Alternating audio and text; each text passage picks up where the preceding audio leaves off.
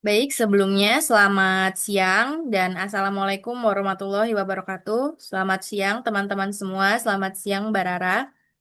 Pada kesempatan kali ini kami kelompok 10 yang terdiri dari saya, Widya Regita Sariudista, ada Imam Mahesa Putra, ada Oktario Ramadan, dan ada Wika Futari Ayunri akan mempresentasikan poster kami yang berjudul Pola Kebijakan Luar Negeri Singapura di Kawasan Asia Tenggara melalui asimilasi ASEAN atau ASEAN Smart City Network dalam ASEAN Connectivity Strategic Plan.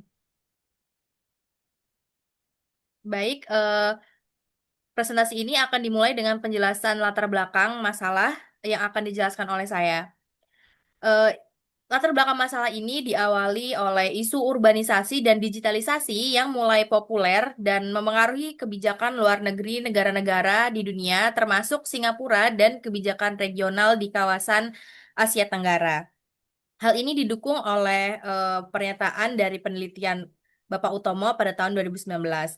Kemudian, pada tahun 2018, Singapura ini menginisiasi ASEAN Smart Cities Network atau ASCN yang bertepatan dengan kepemimpinan Singapura pada ASEAN tahun 2018. ASEAN ini disahkan atau diinisiasi pada KTT ASEAN Pertemuan Tingkat Tinggi ASEAN tahun 2018 ke-32.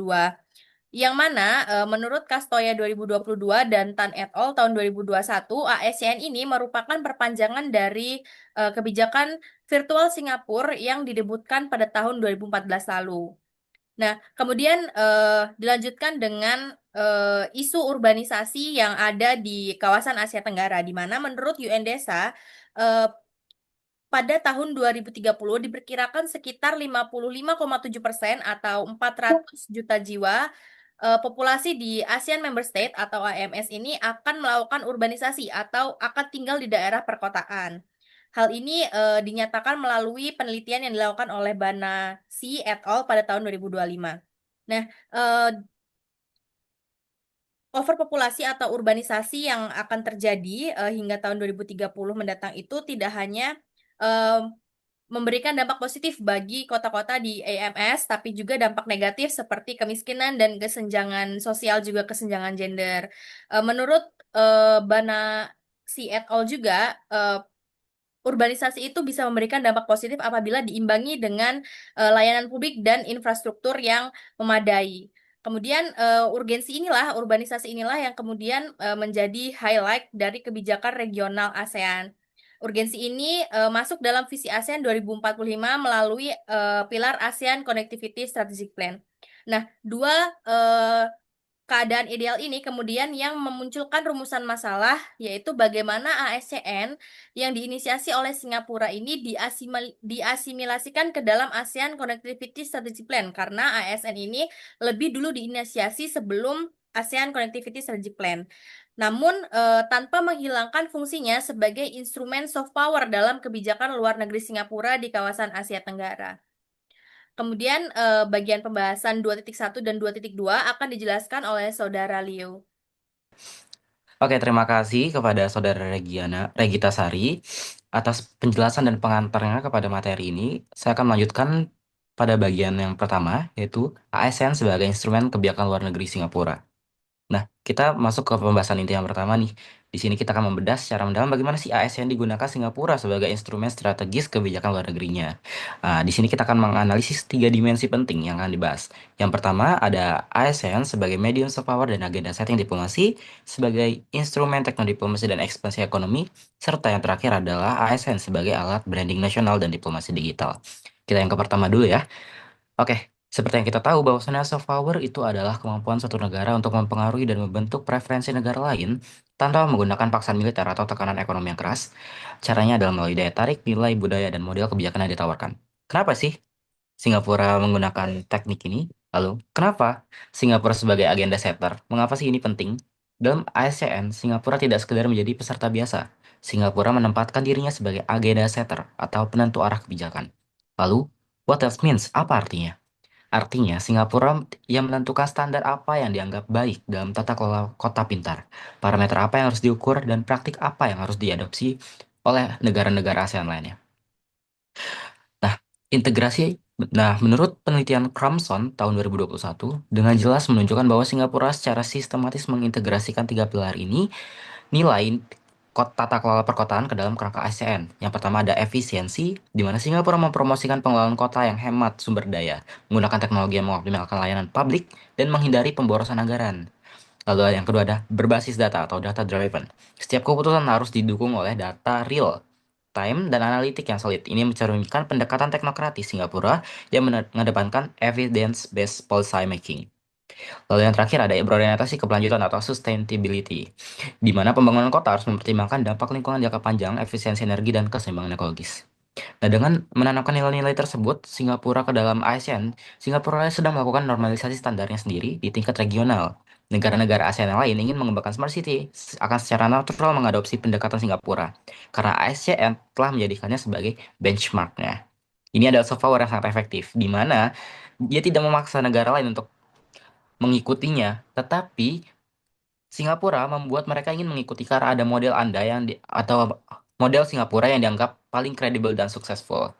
Oke, kita lanjut ke poin selanjutnya. Ada ASN sebagai instrumen teknodiplomasi dan ekspansi ekonomi. Nah, kita akan membahas ke ranah yang lebih teknis dan ekonomis nih, di mana Singapura sebagai hub teknis atau Beyond Just Participation. ASEAN Sekretariat tahun 2023 mencatat peran krusial Singapura sebagai hub teknis dalam ekosistem ASEAN. Ini bukan sekadar status simbolis, mari kita breakdown apa yang dimaksud dengan hubungan teknis itu. Yang pertama, ada pusat keahlian atau Center of Excellence, di mana Singapura menjadi rujukan utama untuk konsultasi teknis Smart City. Lalu ada penyedia platform teknologi, fasilitator capacity building, koordinator proyek pilot. Nah, ini adalah teknodiplomasi, bukan hanya technical cooperation. Nah, oke, kita lanjut lagi ke diplomasi ekonominya, di mana keterlibatan strategis dengan perusahaan teknologi. Disinilah strategi Singapura menjadi sangat cerdas. Costaya pada tahun 2022 mengungkapkan dimensi diplomasi ekonomi yang tersembunyi di balik ASEAN, di mana Singapura tidak hanya mengirimkan pejabat pemerintah dan akademisi, tetapi juga secara aktif memfasilitasi keterlibatan perusahaan-perusahaan teknologi nasionalnya dalam proyek-proyek ASEAN. Ini mencakup perusahaan di bidang Smart Transportation System, e-governance platform, IoT and sensor networks, data analytics and AI solution, and last digital payment system. Nah, gimana sih mekanismenya? Jadi, ASEAN menciptakan demand untuk solusi smart city di negara-negara ASEAN. Lalu Singapura sebagai hub teknis merekomendasikan best practices yang kebetulan menggunakan teknologi dari perusahaan Singapura. Lalu pemerintah Singapura memberikan dukungan finansial dan diplomatis untuk kontrak-kontrak ini. Yang terakhir, perusahaan teknologi Singapura mendapat akses preferensial ke pasar regional. Jadi, ASN ini nggak dianggap sebagai platform kerjasama aja sama Singapura, tapi juga dia adalah instrumen yang sangat terkalkulasi untuk ekspansi ekonomi Singapura ini. Nah, ini adalah contoh penggabungan sempurna dari kepentingan nasional dan kepentingan regional dalam satu framework ya. Lalu yang terakhir ada ASN sebagai alat branding nasional dan diplomasi nilai. Nation branding. Nah, melalui keterlibatan ekosistem dan kepemimpinan dalam ASEAN, Singapura ini telah melakukan nation branding yang sangat strategis, di mana Singapura secara deliberate menciptakan atau menampilkan citra sebagai negara dengan tiga karakteristik utama. Yang mana dia dikenal dengan kepemimpinan regional dalam tata kelola kota modern, efisiensi dan kompeten, serta inklusif namun tetap unggul. Di mana ini bisa memberikan legitimasi politik yang kuat dan menciptakan soft power ke political capital. Jadi dia ini gak menganggap soal image aja, di mana ada tujuan politik yang sangat konkret dari branding yang diciptakan Singapura melalui ASEAN ini. Di mana keuntungan pertama dia bisa menjadi policy innovator. Nah, Singapura ini ingin diakui sebagai pemikir dan inovator di kebijakan di Asia Tenggara. Ketika negara-negara ASEAN menghadapi masalah urban governance, mereka akan bertanya, apa yang dilakukan Singapura? Atau apa sih model Singapura untuk isu ini? Nah, itu menjadi poin penting. Lalu yang kedua, dia ingin diakui sebagai knowledge exporter, di mana Singapura memposisikan diri sebagai pengekspor pengetahuan, keahlian, dan best practice. Nah, ini bisa sangat strategis. Lalu yang selanjutnya ada diplomasi nilai atau exporting the Singapore model. Jadi, dari ketiga dimensi poin yang udah saya jelaskan tadi, bisa kita lihat bahwasannya ASEAN adalah instrumen multidimensional yang sangat well design atau untuk kepentingan kebijakan luar negeri Singapura. Jadi itu bukan sekedar inisiatif technical cooperation dan yang innocence, tapi strategi yang deeply calculate dan menggabungkan soft power, teknodiplomasi, dan ekspansi ekonomi, serta nation branding dalam satu platform yang sangat efektif. Good bukan? Kita lanjut ke pembahasan selanjutnya yang lumayan menarik juga, yaitu ASEAN sebagai arena integrasi regional ASEAN. Yang pertama, city to city cooperation. Mengapa city to city, bukan government to government? Ini merupakan pergeseran paradigma yang sangat penting. Tradisionalnya, kerjasama ASEAN selalu bersifat government to government, nation to nation yang prosesnya sangat birokratis dan lambat. Nah, ASEAN ini memperkenalkan konsep baru, yaitu pendekatan city to city cooperation yang jauh lebih fleksibel, praktis, dan result oriented. Mengapa ini lebih efektif? Karena lebih konkret dan tangible. Kota menghadapi masalah real yang immediate, lalu seperti kemacetan, polusi, sampah, banjir. Solusinya juga harus praktikal dan terukur. Lalu yang selanjutnya, lebih cepat dalam implementasi, di mana wali kota bisa langsung mengeksekusi tanpa harus menunggu approval dari level nasional yang panjang. Lalu yang terakhir, lebih kontekstual, di mana setiap kota punya karakter dan tantangan unik, jadi solusinya bisa lebih di-customize. Nah, kemudian apa sih pilar-pilarnya dalam kerjasama kota ini dalam ASEAN? CLC 2018 dan ASEAN Sekretariat tahun 2023 mengidentifikasi tiga mekanisme utama dalam city-to-city cooperation. Yang pertama ada pertukaran praktik terbaik atau best practices exchange. Lalu dua ada transfer teknologi atau teknologi transfer. Yang ketiga ada program kontekstual atau Smart City Action Plans atau SCAPS serta memperkuat konektivitas antar masyarakat dan institusi. Kita lanjut ke pembahasan selanjutnya yaitu From Vision to Action, ASN sebagai mekanisme pelaksana MPASI dan ASUS. Sekarang kita masuk ke dimensi yang sangat strategis nih, di mana ASEAN punya visi besar tentang konektivitas regional melalui Master Plan on Asian Connectivity atau MPAC dan ASEAN Connectivity Strategic Plan atau ASUS. Tapi masalahnya visi apa sih? Mekanisme eksekusi hanya akan menjadi retorik di sini. Nah, di sini ASEAN berperan krusial, di mana ASEAN Sekretariat tahun 2023 dengan jelas mengidentifikasi ASEAN sebagai mekanisme operasional konkret untuk melaksanakan target MPASI dan ASUS yang selama ini masih abstrak. Di mana menurut penelitian tersebut terdapat tiga fokus operasional. Yang pertama ada peningkatan layanan kota untuk masyarakat atau urban service improvement. Yang kedua ada kesiapan infrastruktur digital atau digital infrastructure readiness. Serta ketiga ada pembiayaan proyek berkelanjutan atau sustainable project financing.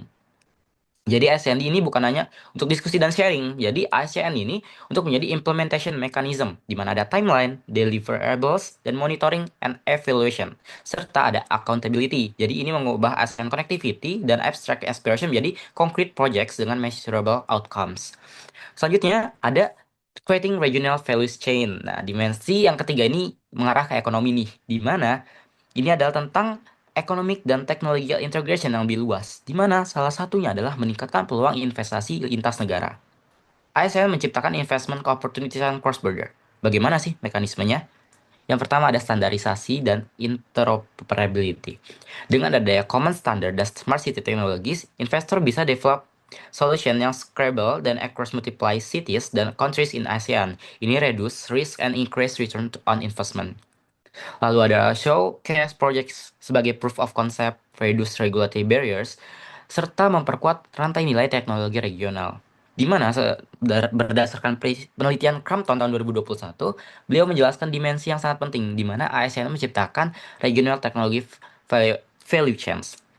Yang berarti daripada setiap negara trying to develop complete smart city solution sendiri dari hardware sampai software sampai service, ASN ini memfasilitasi spesifik gitu dari serta memberikan integrasinya. Seperti contohnya Singapura, dia melakukan hub teknis, R&D, high end software serta sistem integration.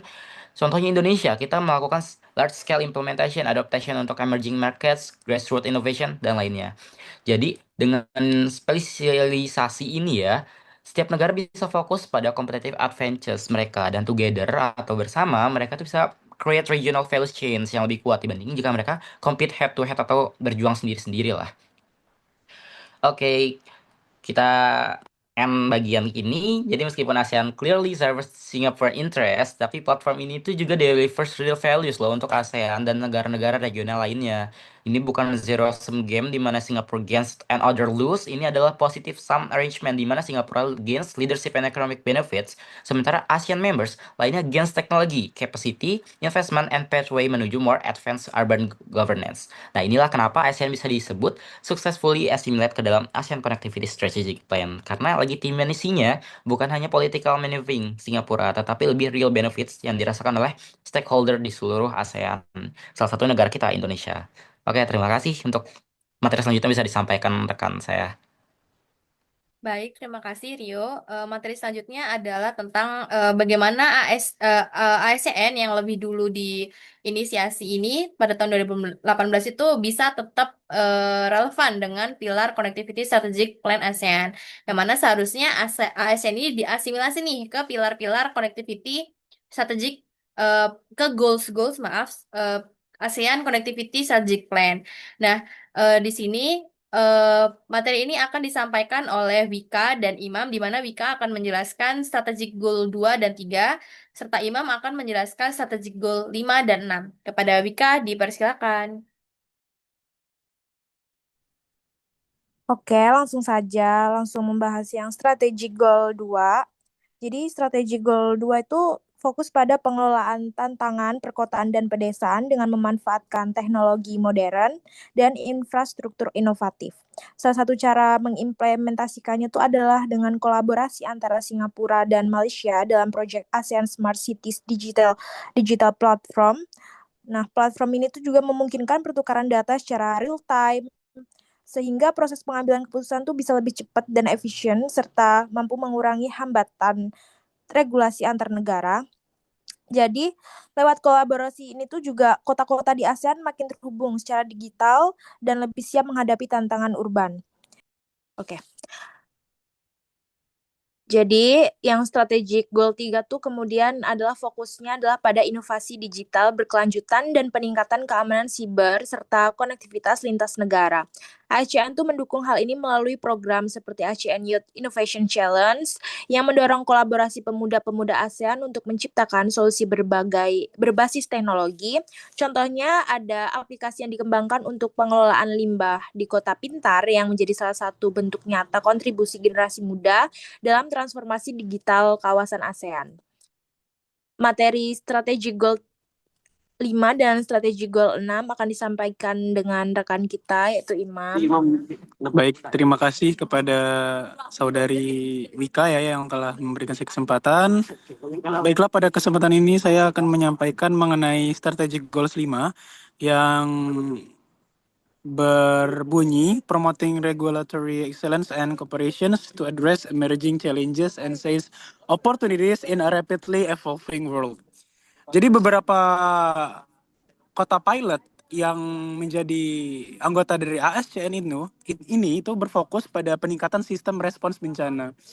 Yang kita ketahui bersama, memang Asia Tenggara ini memiliki beberapa garis-garis yang memang berkaitan dengan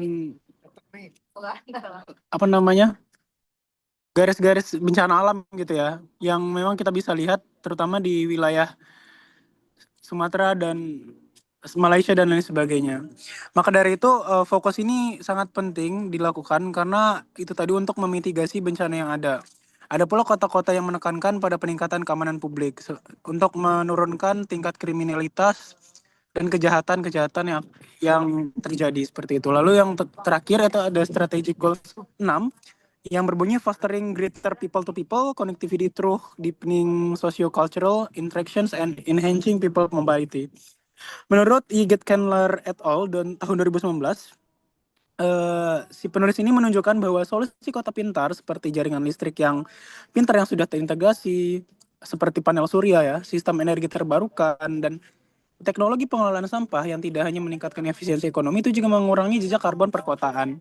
Yang memang seperti yang kita ketahui bersama teman-teman, bahwasanya di kota-kota besar itu produksi limbah dan juga karbon dioksida sangatlah tinggi karena peningkatan taraf kehidupan masyarakat di sana, aktivitas masyarakat di sana, dan juga mobilitas transportasi yang selalu berjalan setiap hari seperti itu yang meningkatkan pencemaran di kota-kota besar. Maka dari itu solusi pintar ini diharapkan dapat meminimalisir atau mengurangi dampak dari pencemaran yang terjadi di kota-kota besar.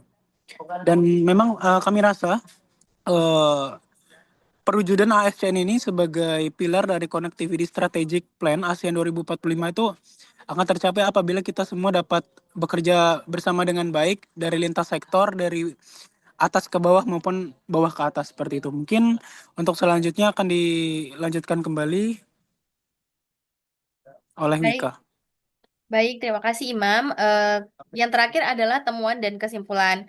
Berdasarkan pembahasan kami tadi, kami menemukan 4 temuan eh, utama. Yang pertama adalah pola kebijakan luar negeri Singapura yang mengedepankan instrumen soft power untuk memperkuat posisi geopolitiknya di Asia Tenggara. Tadi udah dijelasin juga sama Rio bahwa Singapura ini menggunakan medium soft power seperti agenda setting, terus teknodiplomasi, bahkan branding nasional juga untuk ekspansi ekonominya juga nih. Kita juga menemukan menuliskannya di temuan kedua, di mana Singapura ini memanfaatkan inisiasi ASCN di tahun kepemimpinannya yaitu 2018 untuk memfasilitasi ekspansi ekonomi Singapura melalui keterlibatan perusahaan-perusahaan nasional.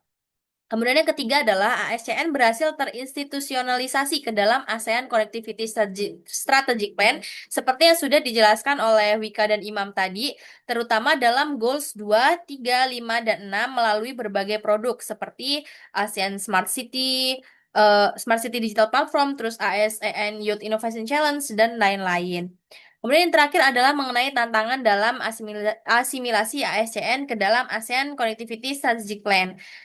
Tantangan-tantangan ini seperti misalnya kesenjangan kapasitas antar kota dari berbagai aspek seperti aspek regulasi karena tiap kota bukan hanya tiap negara tapi tiap kota juga punya regulasi sendiri-sendiri yang beda-beda. Terus pembiayaan hingga kapasitas SDM-nya. Kemudian ketergantungan pada komitmen politik dari pemimpin kota tersebut juga anggarannya. Karena tiap kota punya anggaran beda-beda ya guys, begitu. Terima kasih teman-teman anggota kelompok 10. Terima kasih juga kepada penonton dan Mbak Rara. Kami akhiri. Wassalamualaikum warahmatullahi wabarakatuh. Selamat siang.